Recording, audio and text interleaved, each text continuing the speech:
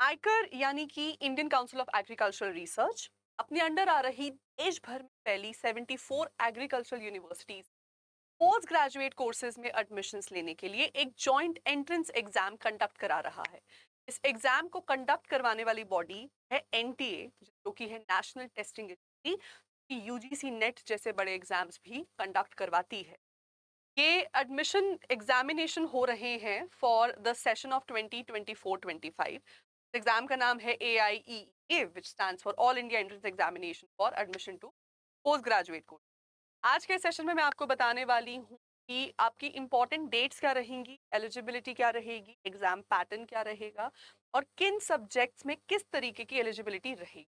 तो अगर आपका भी एजुकेशनल क्वालिफिकेशन या आपका बैचलर्स का कोर्स रहा है एग्रीकल्चर में, एनिमल हस्बेंड्री में, वेटनरी साइंस में, फिशरी में या फिर एग्रीकल्चर रिलेटेड और किसी भी कोर्स में, और आप देश भर की जानी मानी स्टेट और सेंट्रल एग्रीकल्चर यूनिवर्सिटीज में पोस्ट ग्रेजुएशन में एडमिशन लेने का सोच रहे थे, तो ये सुनहरा मौका आपके लिए अभी भी अवेलेबल है, क्योंकि फॉर्म फिलिंग की प्रक्रिया भी चल रही है।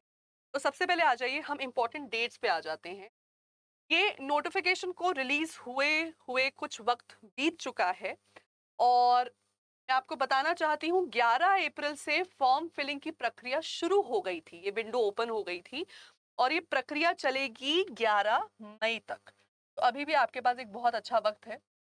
11 अप्रैल से 11 मई की बहुत लंबी चौड़ी वीडियो है, विंडो है आपके पास फॉर्म फिलिंग के लिए। फॉर्म फिलिंग का पूरा प्रोसेस ऑनलाइन है, आपको इन्हीं की वेबसाइट पर जाकर डायरेक्टली अप्लाई करना है। उसके लिए भी जितने प्री रिक्विजिट्स हैं वो आपको नीचे है।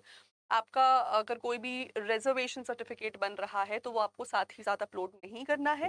Once you qualify the examination, या मान लीजिए आपको स्कॉलरशिप मिल जाती है, मेरिट मिल जाती है और आप एक पर्टिकुलर यूनिवर्सिटी में एडमिशन लेने जाते हैं, वहां पर आपके रिजर्वेशन सर्टिफिकेट्स को चेक किया जाएगा। ठीक है, तो 11 मई तक फॉर्म फिलिंग चलेगी शाम को 5 बजे तक। उसके बाद 13 मई को करेक्शन विंडो ओपन होगी और बहुत छोटा सा विंडो आपको यहाँ पर दिया गया है, तकरीबन 2 दिन का। तो 15 मई तक वो विंडो भी आपकी क्लोज हो जाएगी।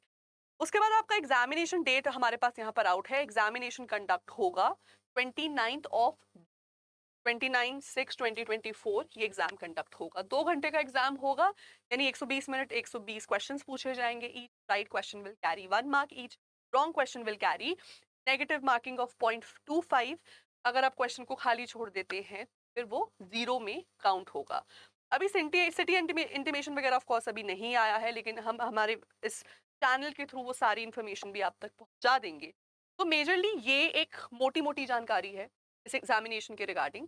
अब हम डिटेल्ड इंफॉर्मेशन पर आते हैं कि एग्जाम पैटर्न को एक बार डिटेल में देख लेते हैं, एलिजिबिलिटी को डिटेल में देख लेते हैं और किन सब्जेक्ट्स में एग्जाम कंडक्ट होगा, इन्हें भी आइए हम एक बार डिटेल में चेक कर लेंगे।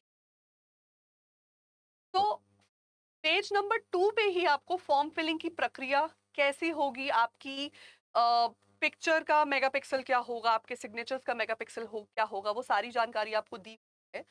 तो आयकर के ही आपको एनटीए की ऑफिशियल वेबसाइट पर जाकर उनके आयकर के सेक्शन में अपने फॉर्म फिलिंग आपने करनी है। अगर आप ऑनलाइन तरीके से करेंगे, फॉर्म फिलिंग सिर्फ ऑनलाइन तरीके से ही हो रही है, पेमेंट भी सिर्फ ऑनलाइन मेथड से ही हो रही है। और आपको once you have filled the form completely and successfully, आपको उसका प्रिंट आउट भी लेकर रखना है। तो सारी डिटेल, सारी इंफॉर्मेशन आपको यहाँ पर इन्होंने अपने प्रोस्पेक्टस में प्रोवाइड की है। कोई भी ऐसी जानकारी नहीं है जो प्रोस्पेक्टस में अवेलेबल नहीं है। इसी के साथ साथ प्रोहिबिटेड जो भी आइटम्स प्रोहिबिटेड है एग्जाम हॉल में लेकर जाना, कैलकुलेटर, फोन, सारी इंफॉर्मेशन आपको यहाँ पर इस प्रोस्पेक्टस में प्रोवाइड करती। अब आइए हम एक बार देख लेते हैं इसका शेड्यूल क्या रहेगा। तो शेड्यूल जैसे कि मैंने आपको बताया, क्योंकि ये एग्जाम एनटीए कंडक्ट करा रहा है 2024-2025 एकेडमिक साइकिल में एडमिशंस लेने के लिए पोस्ट ग्रेजुएट को, तो आपकी फॉर्म फिलिंग शुरू हो गई थी 11 अप्रैल से। 11 मई तक फॉर्म फिलिंग है। 15 मई तक 2 दिन का वक्त मिला है, 13, 14, 15। 15 मई तक आपको करेक्शन कुछ करना है तो करेक्शन विंडो ओपन मिलेगी। इसके लिए आपकी फी रहेगी 1200 रुपए for the unreserve categories and reserve categories के लिए आपको थोड़ा सा यहाँ पर रिबेट जरूर मिलेगा। एग्जाम कंडक्ट हो रहा है 29 जून, 2 घंटे का ये एग्जाम है। एग्जाम पैटर्न एक बार समझ लेते हैं। एग्जाम आपका सीबीटी मोड यानी कंप्यूटर बेस्ड टेस्ट होगा, ये कंप्यूटर बेस्ड मोड में होगा। 2 घंटे का एग्जाम है यानी 120 मिनट। तो 120 क्वेश्चंस रहेंगे एमसीक्यू टाइप, है ना, मल्टीपल चॉइस क्वेश्चंस। हर सही जवाब के लिए आपको 1 मार्क मिलेगा, हर गलत जवाब के लिए आपका 1/4 मार्क डिडक्ट कर दिया जाएगा। और जैसे हमारे यूजीसी नेट एग्जामिनेशन की अगर हम बात करें तो ऑप्शन मिलता है ना कि आप इंग्लिश या हिंदी में अपना मोड चूज करें, यहाँ पर ऐसा ऑप्शन नहीं है। मीडियम आपके एग्जामिनेशन का इंग्लिश ही रहेगा, ये आपको क्लियरली बता दिया गया है। इसके अलावा आपके टेस्ट का सिलेबस क्या रहेगा, उसके लिए ये ऑफिशियल एक आपको लिंक दिया गया है। आप इस लिंक को विजिट करके अपने पर्टिकुलर रिक्विजिट सिलेबस को चेक कर लें, अपने कोर्स के रिगार्डिंग सब इंफॉर्मेशन ले लें और अकॉर्डिंगली आप अपनी तैयारी जो है वो कर सकते हैं। अब जितने भी स्टूडेंट्स जो टॉप रैंकर्स रहेंगे, उनको आयकर पीजी स्कॉलरशिप ही मिलेगी और वो स्कॉलरशिप आपकी वैलिड रहेगी 2 साल के लिए। यानी कि जितना पीरियड आप अपना पोस्ट ग्रेजुएशन का कर रहे हैं, उतने पीरियड के लिए 2 साल की आपको स्कॉलरशिप मिलने वाली है और ये टॉप रैंकर्स को ही मिलेगी ऑफ कोर्स। साथ ही ये बताया गया है कि अगर आपने अपनी किसी दूसरी यूनिवर्सिटी में ऑलरेडी मास्टर्स में एडमिशन ले लिया था और अब आप इस स्कॉलरशिप के लिए अप्लाई करना चाहते हैं, तो गिवन कि आपने अभी अपने फर्स्ट ईयर के एग्जामिनेशन, आप वो कोर्स छोड़ के आप यहाँ पर फिर भी अप्लाई कर सकते हैं।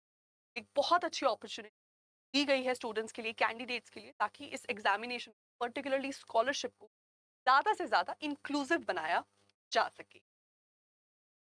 तो रिजर्वेशन की पॉलिसी सारी नेक्स्ट पेजेस में आपको यहाँ पर देखने को मिलेगी।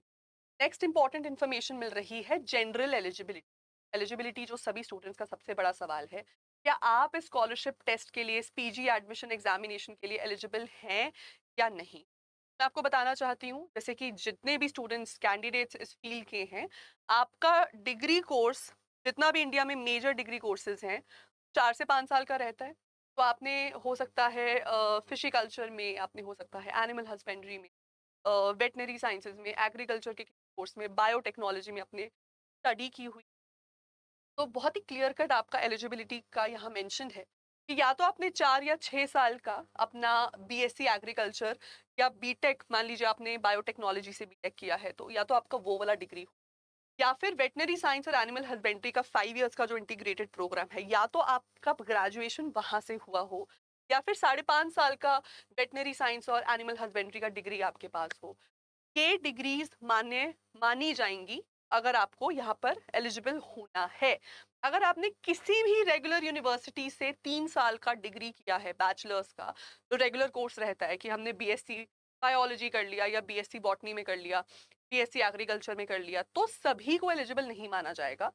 यहाँ पर नीचे मैं आपको अभी दिखाऊंगी, एक टेबल दिया गया है, तो पर्टिकुलरली उन कोर्सेज को मेंशन किया गया है जिन कोर्सेज के कैंडिडेट्स, अंडर ग्रेजुएट कैंडिडेट्स, इस पोस्ट ग्रेजुएशन एंट्रेंस एग्जाम के लिए एलिजिबल हैं।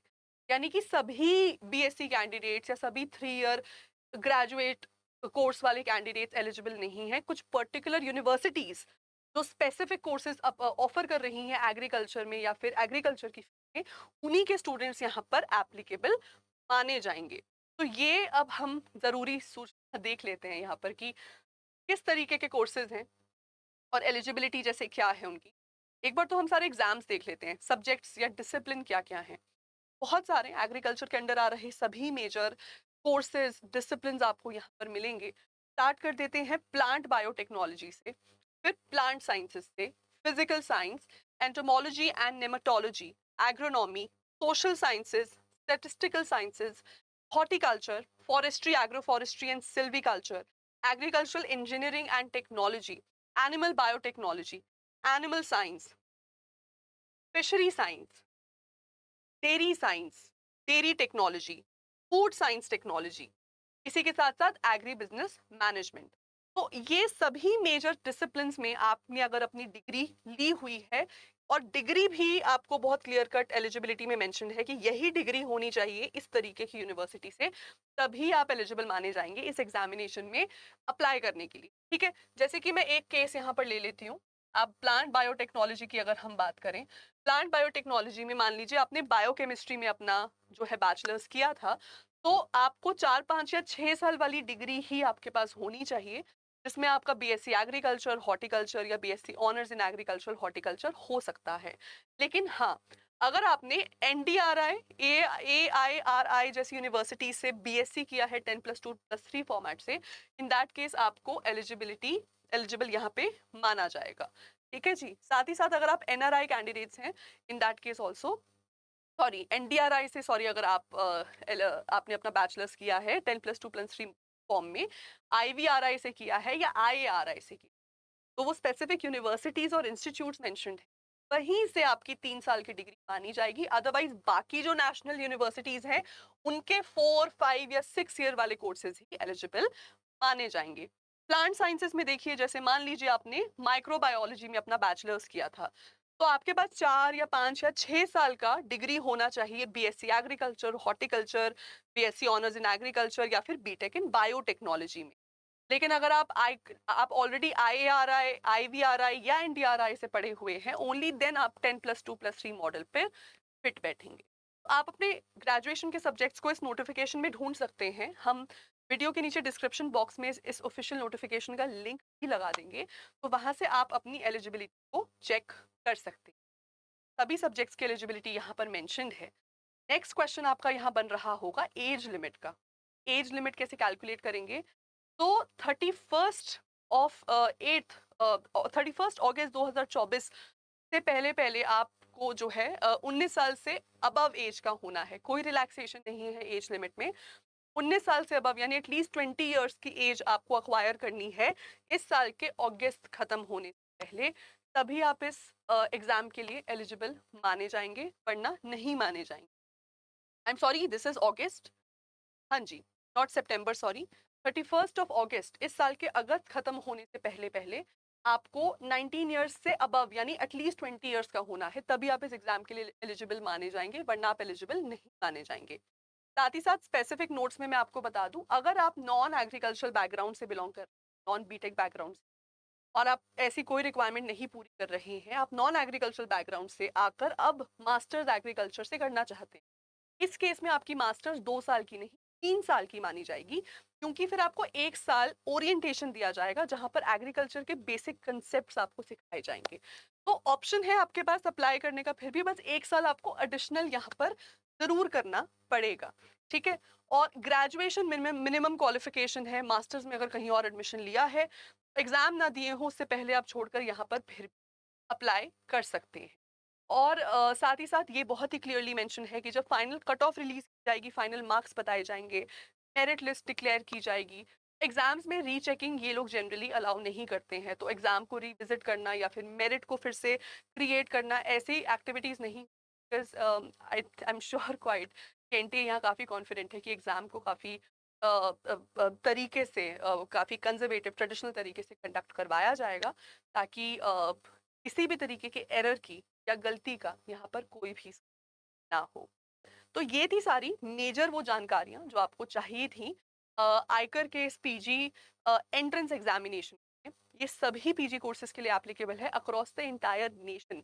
जितनी भी 74 सेंट्रल और स्टेट यूनिवर्सिटीज आ रही हैं आयकर के अंदर, उन सभी में पीजी कोर्सेज में एंट्रेंस लेने के लिए, एडमिशन लेने के लिए ये एग्जामिनेशन आपको देना पड़ेगा for the upcoming session. I hope ये वीडियो आपको अच्छी लगी। कोई भी आपका अगर डाउट है तो वीडियो के नीचे कमेंट सेक्शन में लिखकर बताइएगा। बाकी ऐसी और जानकारियों के लिए सब्सक्राइब कर दीजिए हमारे official YouTube channel UGC NET Adda 24। Thank you.